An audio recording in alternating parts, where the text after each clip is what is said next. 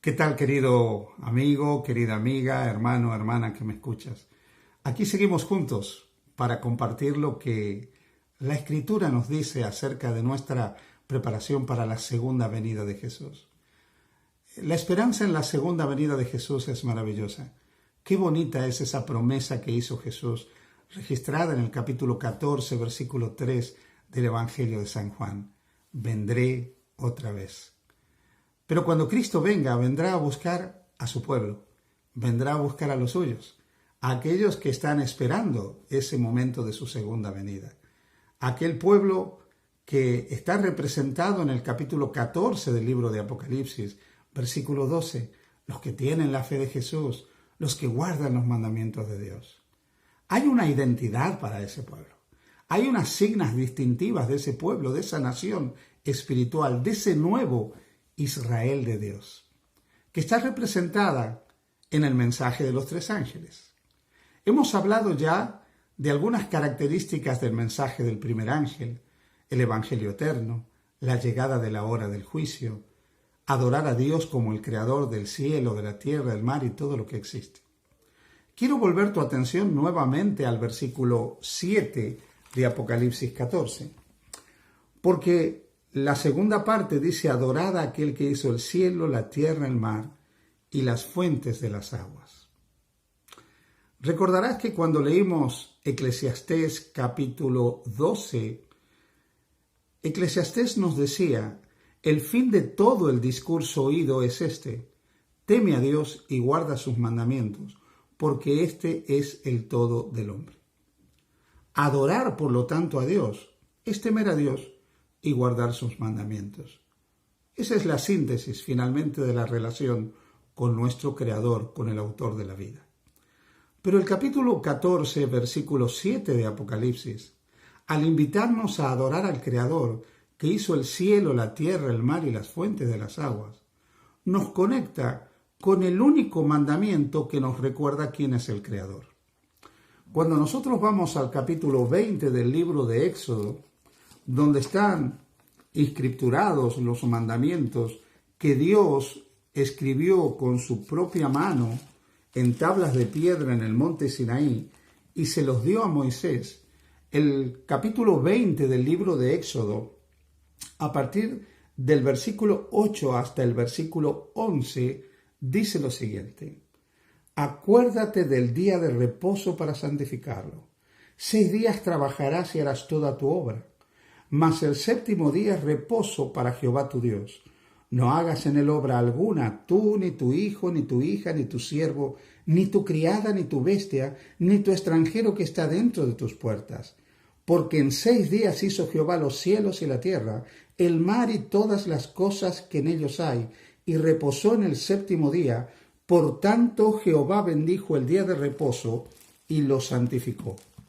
¿Sabes, querido amigo? Este texto de la Biblia nos presenta un mandamiento donde se nos identifica a Dios como el creador de todas las cosas. Y se nos dice que uno de los fundamentos para la observancia del séptimo día de la semana como día de reposo es que Dios es el creador. Lo dice claramente al decir que Dios en 6 días hizo el cielo, la tierra, el mar y todo lo que hay, y que luego reposó y por tanto nos manda a nosotros que nosotros también reposemos en ese día. El fundamento para la observancia del cuarto mandamiento es la semana de la creación y que Dios creó la vida y descansó, reposó de su obra creadora el séptimo día. Si a lo largo de la historia todas las personas hubieran guardado el séptimo día, no hubiera habido ateos en este mundo, porque al hacerlo estarían reconociendo que Dios es el autor de la vida, que Dios es el creador de todas las cosas. Así que el mensaje del primer ángel, al mandarnos a adorar a aquel que hizo el cielo, la tierra, el mar y las fuentes de las aguas, nos conecta con los mandamientos y dentro de los mandamientos con el cuarto mandamiento. El cuarto mandamiento que tiene las características que nos permite identificar quién es el dueño del universo, el creador. ¿Cuál es el marco de su jurisdicción? Los cielos y la tierra. el que hizo absolutamente todas las cosas. Y está el claro mandato a obedecer ese mandamiento porque Él es el creador. Dios creó, como nos dice la palabra de Dios, el sábado para beneficio del hombre. Desde el momento mismo de la creación, Dios nos dio el séptimo día como un día de encuentro, como un día para que nosotros nos encontremos con Él, para que podamos descansar no solo físicamente de nuestros trabajos, sino para que podamos descansar espiritualmente, encontrar en Él el reposo, la tranquilidad y la serenidad espiritual que necesitamos. El séptimo día es un mandamiento que existe desde la creación de la humanidad. Dios le dio a Adán y Eva el reposo en el jardín del Edén. Pero este precepto tiene algunas características que son extraordinarias. ¿Sabes? Nosotros vivimos en un mundo que está redescubriendo el valor de los animales. Muchas personas hablan, por ejemplo, del derecho animal, del derecho que tienen los animales a ser bien tratados, del derecho que hay a respetar la vida de estos animales.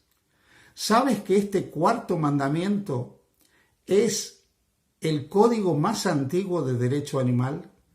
Porque aquí se contempla aún el descanso de las bestias, el derecho que tienen los animales a no ser explotados, a no ser maltratados. Sí, querido amigo, el cuarto mandamiento es un mandamiento que se anticipa en siglos a lo que los movimientos animalistas sostienen en la actualidad acerca del derecho animal.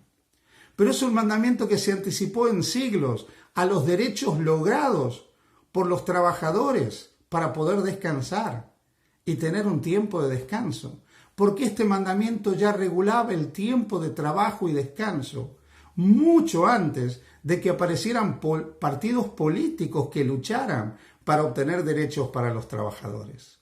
¿Sabes por qué?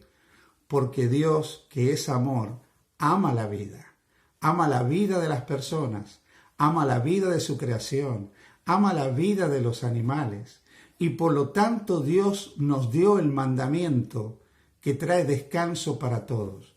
Incluso ese descanso estaba estipulado para la tierra.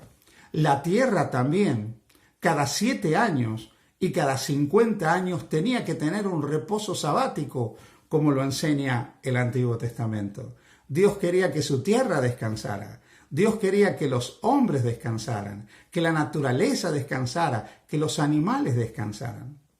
Hoy, cuando muchos mencionan esta pandemia como un momento forzoso de descanso aún para el planeta Tierra, me pregunto si de alguna manera Dios no está utilizando esto para hacer lo que los seres humanos no hemos querido hacer: descansar nuestros cuerpos, descansar nuestras ciudades, hacer descansar a la tierra.